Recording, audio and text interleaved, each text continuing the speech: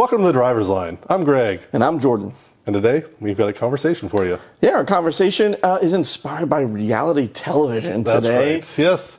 The show where everybody had to go on and eat disgusting bugs and do things they were just scared to do, walk on a high wire, just do things that were just not fun. Not at all. Just for some money. But, yes. A fair amount of money, I'll admit. So that kind of inspired us to think about, hey, what cars would we really love to own? That's the big reward, right? Getting to drive this car every day. But there's a slightly scary factor to it. Exactly. What is the fear factor of this car? There's a lot of cars out there that, to Jordan's point, we really, really would like to have, but we're like, that's a really bad idea. Yeah, I wouldn't want to deal with that really every day, bad idea. Right? Yeah. Mm-hmm. It could be maintenance, it could be repairs, it could be parts, it could be anything that just, you're like, I don't think I can do this. Yes, so right. So we each picked a couple, and we'll just kind of talk about them. Yeah. So I'm going to start off with an Italian pick because I feel like just Italy in general has so many really beautiful, amazing cars, and especially for car people. Alfas are the ones that stick out, right? They say you're not a real auto aficionado until you've owned at least one Alfa. That's right. Because to be a real auto aficionado, you need to have some pain. Yes, and Alfa does that really well. Does it really well. So one of the most beautiful modern cars, and also beautiful sounding and beautiful performing, is, in my opinion, the Alfa Romeo Giulia Quadrifoglio. Mm-hmm. That V6 coming, oh my God, it's just beautiful sounding. And the design on it, the curves, it's just a timeless beauty that, if you bought it today, it would still look gorgeous 50 years from now. Oh, undeniably. The engine, the chassis, the build. Everything about that car just screams performance. It screams exclusivity. It screams beauty, right? Yeah. What would also be screaming are the repair bills, though. Yes, and your wallet. Your wallet, if you own that car out of warranty. A lot of the folks that had these initially just had so many issues, issue after issue after issue with these cars, and it could be anything under the sun. It wasn't just confined to one area of the vehicle. It was pretty much anything. It could be electrical, it could be mechanical, it could be engine, it could be transmission. Yeah, it's all over the place. Yeah. So it's not even you could try to target something with your finances just to make sure you stay on point. Mm-hmm. It could be anything in a car, which is really, really just terrible because it's such a nice car. Oh, just this absolutely exceptional car. And I even extended that within my own list because I had it as well to classic Alfas too. Yeah. I want to own a classic Alfa so bad, but I am so scared because I don't want that pain. I want that pain. I feel I've test driven a couple because I really want one, but I just can't pull the trigger on it. And they sound so fantastic, and they're gorgeous and interesting. They tick so many boxes, but just that one that holds you back. Every time you turn the key, you would pray. You would pray. You're like, are you going to start today? Yeah. Okay, good. Certainly not one I want a daily, for sure. No, exactly. So, it would be a challenging vehicle to own. Indeed. All right, well, since you had the Giulia, I'll go ahead and kick off my next one then.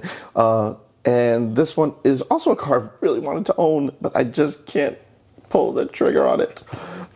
I know that they're probably fine. Mostly fine. Maybe. But, okay. It's a Jag. It's a Jag. And it's a car we've talked about so many times because we love it. And it's the Jaguar FType because it's so beautiful. And it performs well. Yes. And it's luxurious on the inside. Yes. And it's just got a combination of all the right things. But it's British. So there's probably a million electronical issues. As I was researching this, there are so many electrical problems that people have noted on this thing. But in addition to that, kind of like the Alfas, there's also some other issues, talking about timing chains, water pumps, oil leaks. Fuel injectors, these are not things that are cheap to replace on a Jag. No, especially if it's a big V8, right? That means you have to buy that many more fuel injectors. That means you have to get all these additional parts. If it's, a coil pack or something of that nature, then you need more of them. Yeah, and they made this for quite a while, like a decade. So you would think by the end they would get things sorted, and I just don't know. I can't do it. Yeah. But someone else might, if you have deeper pockets. Good luck. Yeah. No, it's a good call out. We absolutely love the F-Type and would love to own one, but just Jag doesn't have the best reputation for reliability, especially with that era. It's not as good as you want it to be, right? I mean, it's better than it was, undeniably, but still not really where you'd want to be able to get something that you can regularly and routinely enjoy. It's true. Can you guys just please comment on this and let me know about your amazing Jag reliability issues, because I really want to buy one. Yeah. Tell us about all the wonderful, reliable F-types, please. Every day you drive it, right? It's great. Please tell me. Oh, man. So that's a good call out. I'm going to the Italians, back to the Italians here. Yeah. Specifically Ferrari. Oh, that's scary. Okay, yeah, I gotcha. Yeah. So, like looking back when I was like a younger adult, maybe even college age, I was like thinking, what is the one Ferrari that I could possibly own someday if I don't become fabulously wealthy through Bitcoin or something else that's, just completely insane that nobody really thought would actually take off. Yeah. But, so the one that always kind of stuck out to me was like the 348, 355. They were the ones that were, kind of trending down from, the depreciation spectrum and looking like they were going to probably land somewhere in like the $60,000, $70,000 range. And they kind of sort of did, but they've already started going back up. Yep. So that time is kind of passed for a lot of people, unless you want one with like the F1 gearbox, and then those tend to be cheaper. But you really want the gated 6-speed manual. Yes. I digress. Anyways, but then you kind of look about what it's actually like to own them. You go on like the F-chat forum, you go and talk to some Ferrari owners, and the purchase price of these is only a small portion of the commitment to this vehicle. Major services require the engine to come out of the vehicle, and these are things that generally only someone who is actually a seasoned and skilled Ferrari technician can do. You can't take it to Jiffy Lube. No, you can't. You can't take it to... I mean, you could, but they're not going to look at you like, what? They're going to tell you to go away. This is like the only time they're going to turn away business. They're going to be like, no. Our insurance probably specifically says we can't work on that car. Not that you would want them to. Right. But you would actually need someone who is like an actual skilled Ferrari technician, if it's a dealer, if it's independent, but it's going to be someone that has the tools, has the experience to work on these things, and it's going to cost you a fortune to do. I mean, like the services generally routinely go into like the 5 figures. And that's for a major service. That's insane. Yeah. That's insane. Absolutely insane. And there are folks on the forums who have done a lot of things themselves, but again, then you're taking a bit more of a risk that if you do something wrong, you damage your very expensive Ferrari. Yeah. And at the same time, I don't really want to spend most of my time repairing my Ferrari. I want to drive it. That's the idea. Exactly. Yeah. So again, these are wonderful cars. I mean, just that V8 sound, like the thing from that flat plane V8 just sounded so great. The gated shifter. They have the classic Ferrari proportions, the classic Ferrari style. It is supercar. It literally just screams supercar at you, and of course you want it in red. Yeah. But, oh man, it would just be, every day I would be afraid to drive it. For adding the miles, depreciating it further, getting closer to another major service, or putting it out in public where someone could possibly screw it up. Oh, yeah. No, you don't want to buy a Ferrari if you can't afford maintenance, for sure. That's a great pick. Well, my next one, and only from the United States, actually, comes from a beloved automaker that we both love, and it's Cadillac. And, I mean, typically when you think of auto manufacturer from the United States, I mean, maintenance typically isn't a huge issue. We get parts locally and that kind of thing. But there was one car in recent memory that was produced for a very short time. And in fact, we have an entire performance division named after it. And that was the CT6V Blackwing. And that Blackwing portion comes from, obviously, the 4.2 liter twin turbo V8 that General Motors produced for a very, very short amount of time. This was a model that had its own engine. Yeah. Bespoke engine for one trim level of one model of car. Yes. Which is something that's completely unheard of in like such a behemoth as GM. Absolutely. And this was a time when GM was really just cementing its performance roots, and I totally could see why they would want to produce this car. But then, leadership came in and they're like, this is not going to work. And they killed it pretty quickly. But it's such a cool car. It has those classic Cadillac lines. It's nice, full size, which is what a Caddy typically is. But it's got great performance behind it. It's just such a great all-rounder. But I would never want to own one, just because I would be scared of replacing those things. Yes. I mean, there's only 1,500 of them around. That's it. So you're not going to find them in junkyards, guys. Yeah. I mean, it's going to be hard to do.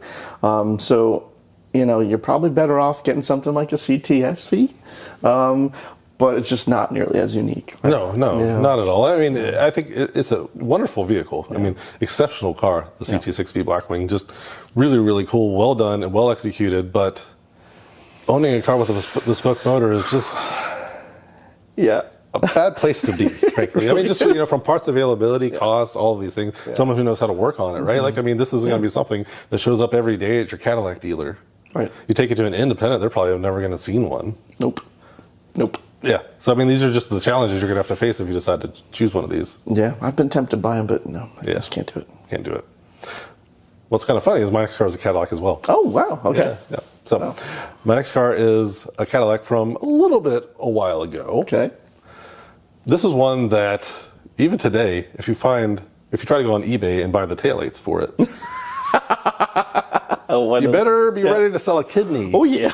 Because they're not really made anymore. Basically, the only way you can get them is by buying off of used or wrecked vehicles where the taillight didn't get damaged, and because they are obscenely expensive. Yes, obscenely expensive. And it's not just the taillight. I mean, this has a lot of other things that were just uncommon for it as well, like across more vehicles as well. And talking about the Cadillac XLR. Yeah, I mean it's a really beautiful car in my opinion. But yet, just the taillights alone would set me away. Yeah. I just couldn't do it. Couldn't do it. I mean, it shared the chassis with the C6 Corvette. Yeah. So wonderful, competent chassis. Build quality was kind of So, but I mean, that's still not the worst part about it. Mm-hmm. So it's just the parts availability because it was a low volume car. Mm-hmm. There weren't a lot of them made. And then they put the worst engine in it instead of when they could have easily just put in, the LS 2 or 3 or whatever in there. So and they chose to put in the North Star because they had to compete with the Germans. And they're like, oh, we run a technical V8 instead of something that makes more power and is a little bit simpler to operate and use and fix and do all those things. And so, I mean, the North Star doesn't have a great reputation for reliability. So you've got that. The transmission, I think, was generally reliable, but then you've got like parts availabilities. But the other thing that you would just have to always be aware of in that vehicle. Not to mention the super complicated top mechanism, which will fail. It will fail at some point, yes, and then you're gonna have to try to figure out how to make it work. Oh my gosh. So many of these that you find used, they're like, oh yeah, the top's stuck up. Oh well, it's a coupe now. Yeah, it's a coupe now. I mean, okay, I mean that kind of takes away some of the, the interesting features of that car. Is you want to have the open air motoring, but in that case, you definitely can't have it. Yeah, I mean, and watching that top go down, it's like artwork. Honestly, like it was a really beautifully designed top, but I don't want to repair it at all. No, thank you. No, thank you. Definitely not. Well then, probably a bit more expensive than the XLR, I will admit, and probably not something I would ever own. But if I had the money, I'm not sure I would even still go this route. And it's famously some of the most expensive oil changes in the world. But let's just talk about tires for this car. Over $20,000 just to replace the tires. And guys, this car goes over 200 miles an hour, so you're probably going to be replacing those tires pretty quickly. We're talking about the Bugatti Veyron. Yes. Okay. I'm sorry. So oil change is over $20,000. Tires over $30,000. I'm mixing up my 5-digit numbers here, just for things that are so basic. Yeah, so basic. And I mean, the problem is everything on this car is bespoke. We talked about the CT6V Blackwing having a bespoke motor. Okay, cool. This car just takes it up to the nth degree. Yes. Everything is bespoke. Yes. Literally everything. And you're talking about a W16. Yeah. So there's a lot to it. Super complicated. I mean, it's a technological tour de force. I mean, it is absolutely stunning piece of machinery. Yes. But to maintain this thing, I think I'm good. I don't really want to do that. I'll just look at it from afar because I cannot even fathom spending $30,000 on tires. No, not at all. It blows my mind. Yeah, it does blow the mind, and I mean, just shows you what stratosphere you kind of have to be in economically to even have the chance of buying one of these. If you could even afford the initial purchase price, right? Yeah, right. Yeah, no. This is keep dreaming. Yeah, for real. And like, even if I had that kind of money, I don't think I want to spend it on that. Yeah. So I mean, there's that too. Yeah. Nope. No, thank you. All right. My final choice. Okay. So Scare me. this is kind of like one of the initial ones that I learned about in like car ownership, and you're like, oh wow, it can be that bad to own a car. And then you read more and you're like, it can't be that bad, and you start to get really, really frightened. So famous YouTuber Doug DeMuro had a long-running series with one of the vehicles that he had bought, and he bought this very famously at CarMax because CarMax had an exquisite warranty. I know, yes, that's true. And so he bought what is called the L322 Range Rover. Yes. So this was like the late 2000s Range Rover, when they had a lot of BMW parts and ownership and things of that nature. Really good cars when they worked. Really nice to drive. Build quality was good, but famously unreliable. They had a lot of components that would fail: air suspension, engine components, transmission components, basically the whole gamut of failures. And so, Doug, in his infinite wisdom, decided to buy it at CarMax so he could buy that CarMax warranty for only $3,900. Yeah. Oh, I'm sure it paid for itself well over. Well, a few times over. By the time he was actually done with that Range Rover, I think the final number I was able to find was over $15,000 in repairs. That's crazy. And as we know, Doug, he doesn't keep his cars that long. I think there was only a handful of years that he kept this car, and CarMax had to pay out $15,000 in repairs. I wonder if they changed it just because of him, honestly. I think they might have, because he publicized it so always like, this is a good deal, and CarMax is like, maybe we should rethink this. I know I bought my previous car from CarMax because of that, and I used their warranty. Yes. I will say, I definitely did. It was a great warranty. It was a great product, and I don't want to say Doug ruined it for everybody. He kind of ruined it for everybody because CarMax then became wise and was like, well, maybe we need a limit with the components we cover. Maybe we need to charge a little bit more just to actually make it a little bit more worthwhile. Granted, their actuaries would have found this out eventually, but still. Yeah, no, it's a great pick. I mean, they are such cool SUVs. And they're status symbols in a sense, but also like they are the base for all luxury SUVs that came after it. They are. But yeah, I would not want to own one. No, and the problem is they depreciate rapidly, right? And so like Doug's was worth less than he had spent on repairs. Yeah, I mean, I've seen people that just replace the air suspension with just standard coils because they didn't want to deal with it. So because then it's fixed and forget, right? At that point, it's fixed for good. I mean, it's not as good as the air suspension, but it's fine. Yeah, exactly.